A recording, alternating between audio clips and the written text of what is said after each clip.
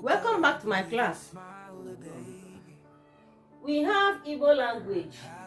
Our topic says tomats. I'll say that class. Tomats. Tomats means Udaolu in Igbo. We are about to learn a topic that says tomats. Udaolu in Igbo. So we have three types of tomats. Let's see them. There are three types of tomats in Igbo language. Class, say it. There are three types of tomats in Igbo language. The first one is high tone. Or say it, class. High tone. High tone. Look at the symbol of high tone. As you can see, the line will start from the down part of left hand side. It goes up to the upper right hand side. We call it in Igbo Udaolu. We call high tone in Igbo language Udaolu. Another type of tomat is low tone, or say low tone. Low tone, it means Udala. We call low tone in Igbo Udala, or say it low tone.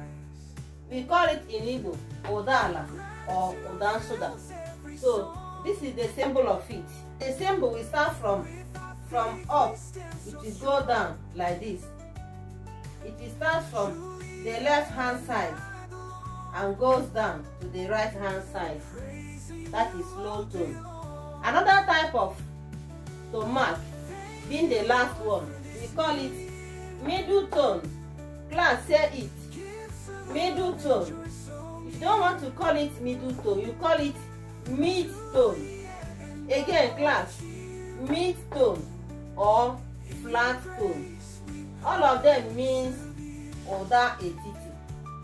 Whether you call it mid tone or middle tone or flat tone, all of them means Oda Etiti. So you can see the symbol. The line will just go like this. We call it Oda Etiti. So we have three types of tomats in Igbo.